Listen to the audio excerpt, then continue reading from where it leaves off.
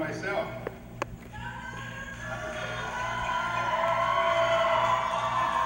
What I like to say right now is happy birthday, Jordan. And believe it or not, Jordan out in high school was 8 years old when I was born. I'm an old man. One of the things I want you to understand is there's a saying in my family that's started by my grandmother. It's called you pay now or you pay later. And it's about accountability.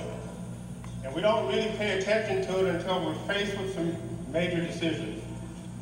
I'm going to tell you the story about three people. And one of them is Niles Moss.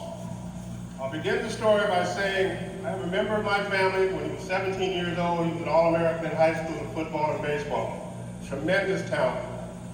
Every Saturday morning he would take a 5 to 10 mile run through the Santa Monica, LA area. And we didn't pay that much attention to him because he learned from his uncle that in order to play sports at a high level you have to be in great condition. And that was one of his ways of staying in condition. We didn't really know what he meant to people around him until much later.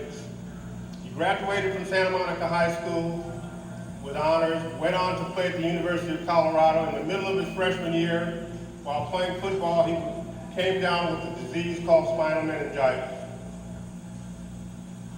He suffered from it, he was able to be healed from it, and because people weren't paying attention to what they were supposed to do, he had a recurring attack which later killed him.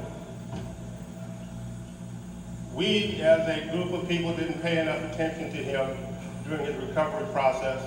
In the final analysis, he paid later with the death. Niles, we all know about, as a 15-year-old, became ill, went to the hospital, suffered from MRSA, did not survive it. We as a society didn't impress upon our hospitals enough to know about cleanliness and our doctors and nurses to pay attention to what they were supposed to do to relieve sickness, ultimately ending in the death of Niles and many other people. I had a number of athletes that I played ball with in the professionals that came down with staph infections as a result of people not paying attention to their surroundings. One of them died just not too long ago. I have a personal story that's not very easy to tell, so if you'll suffer with me, I'll get us through it. And it's about accountability. I was born in Louisiana and we moved to California. I was raised in Los Angeles. I was a terrific athlete, very good student. I had two loving parents, and as a result of how much love my parents had, I was the oldest of 14 children. And as a result of that, being the oldest, as you well know, you learn responsibility very early. One of the things about responsibility and being in a family like mine, I had 9 sisters. And I got to say anything I wanted to them as long as I did what I was told. Girls, as you well know, have a way of putting things so that you pay attention to what you're supposed to do. But back to the story about accountability. I grew up here in Southern California in a town called Watts. Everybody talks about how bad it is, but for me, it's just home. And out of that, I ended up playing high school football in Southern California, being a very, very proud member of my family. I ended up being All-American for a couple of years in high school.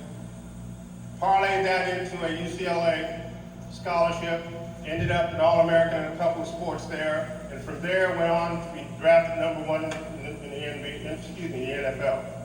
I chose to play for the San Francisco 49ers, played 7 years there.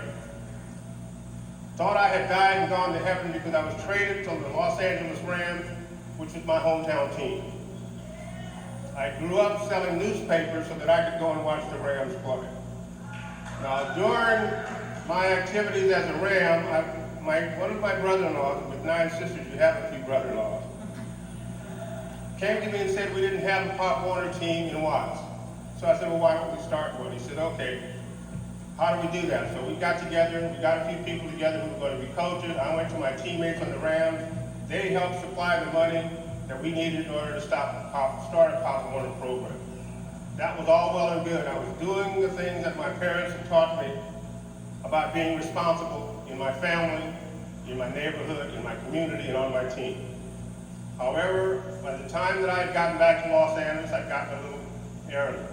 And I started telling other people that they needed to do what they're supposed to do.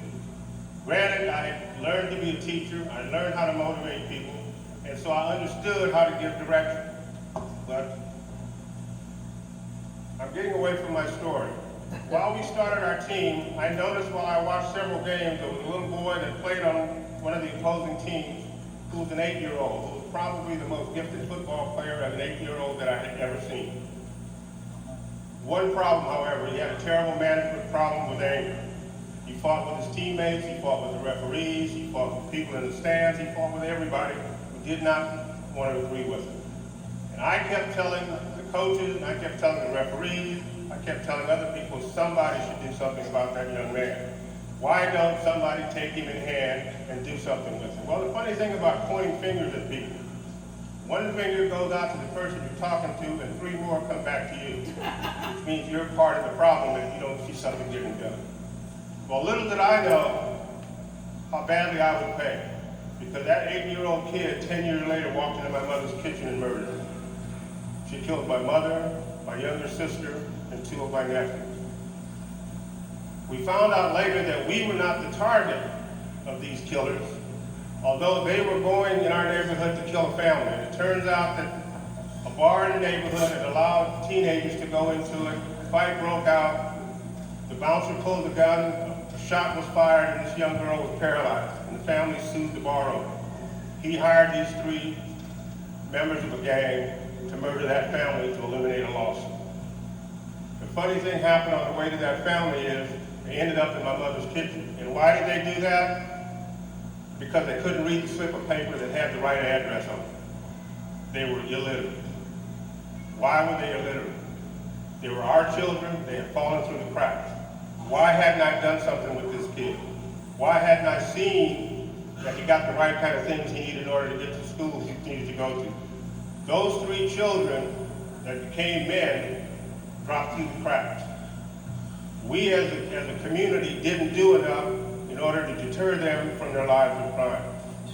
So I had to pay a terrible price, and so did my family, because of my ineptitude when it came to paying attention to what I should have done. I, who was a gifted teacher, was a tremendous motivator, did not take it upon myself to get that child some help. And so as a consequence, he grew up and became a terrible influence in our community. It took me about 5 years to get over that, and then I began to realize something. One morning I had a dream about my mom. And in the dream she came to me and said, stop feeling sorry for yourself. That's not the way you were raised. You are not going to be a problem for yourself and your family and your community. You're going to do something about this. You're going to let people know what it is it takes to save children like that. And so my job, and why I thank you for allowing me to come here and speak tonight, is to tell you how important you are to me, and how important you are to our community, and how you parents out there have an ally in understanding that you've got this terrible problem to deal with and trying to get your children ready to live the right kind of life.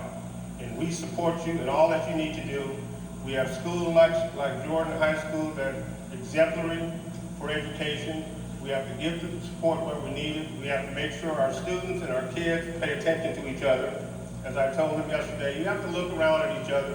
And if somebody's having a difficult day, you need to offer to understand that you can be helpful to them. But if not, try to get the help to them so that they're not left on their own, so they're not left to their own devices.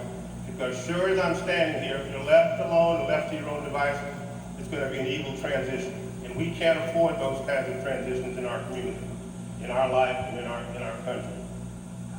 So for happy birthday, Jordan, for the Niles Project, we love you. Continued success. Keep up the good work. God bless you all.